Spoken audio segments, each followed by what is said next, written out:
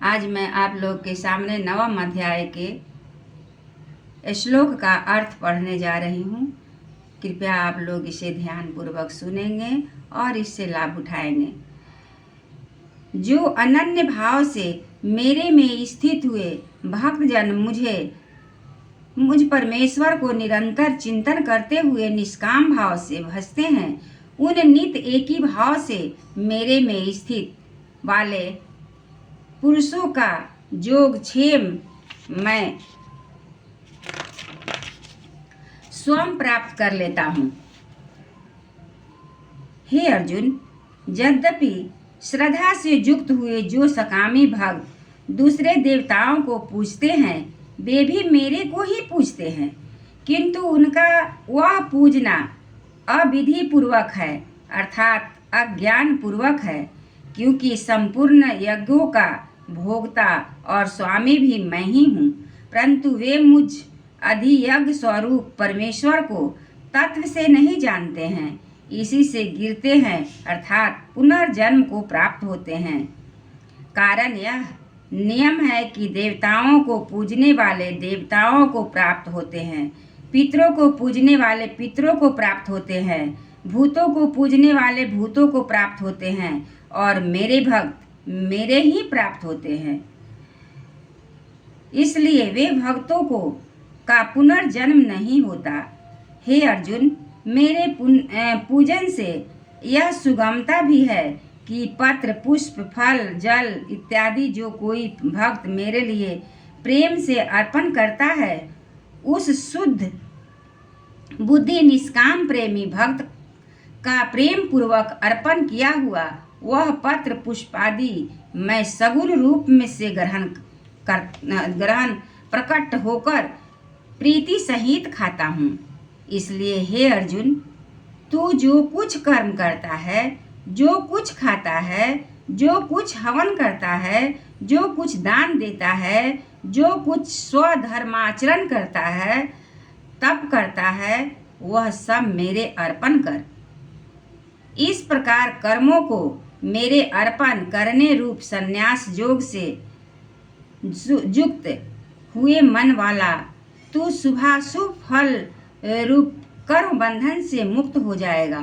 और उससे मुक्त हुआ मेरे को ही प्राप्त होएगा। यद्यपि मैं सब भूतों में समभाव से व्यापक हूँ, न कोई मेरा अप्रिय है और न प्रिय है, परंतु जो भक्त मेरे को प्रेम से भजते हैं, वे मेरे में और मैं भी उसमें प्रत्यक्ष प्रकट हूँ। मेरी भक्ति का और भी सब प्रभाव सुन, यदि कोई अतिशय दुराचारी भी अनन्य भाव से मेरा भक्त हुआ मेरे को निरंतर भजता है, वह साधु ही मानने योग्य है, क्योंकि वह यथार्थ निश्चय वाला है, अर्थात उसने भली प्रकार निश्चय कर लिया है कि परमेश्वर के भजन के समान अन्य कुछ भी नहीं है। इसलिए वह शीघ्र ही धर्मात्मा हो जाता है और सदा रहने वाली परम शांति को प्राप्त होता है। हे अर्जुन, तू निश्चय पूर्वक सत्य जान कि मेरा भक्त नष्ट नहीं होता, क्योंकि हे अर्जुन, स्त्री, वैश्य, शूद्रादि तथा पाप जोनी वाले भी जो कोई होवे, वे भी मेरे शरण होकर तो परम गति को ही प्राप्त होते हैं। फिर क्या कहना है कि पुण्यशील ब्राह्मण जन तथा राजसी भक्त जन परम गति को प्राप्त होते हैं। इसलिए तू सुख रहित और क्षणभंगुर इस मनुष्य शरीर को प्राप्त होकर निरंतर मेरा ही भजन कर, अर्थात मनुष्य शरीर बड़ा दुर्लभ है, परंतु नाशवान और सुख रहित, इसलिए काल का भरोसा न करके तथा आज्ञा से सुख रूप भासने वाले विषय भोगों में न फंसकर निरंतर मेरा ही भजन कर। केवल मुझ सच्चिदानंद घन वासुदेव परमात्मा से ही अनन्य प्रेम नित निरंतर अचल मन वाला हो और मुझ परमेश्वर को ही श्रद्धा प्रेम सहित निष्काम भाव से नाम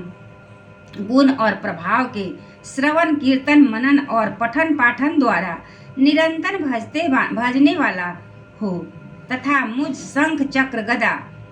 पद्म और किरीट कुंडल आदि भूषणों से युक्त पीताम्बर बनमाला और कौस्तुभ मणि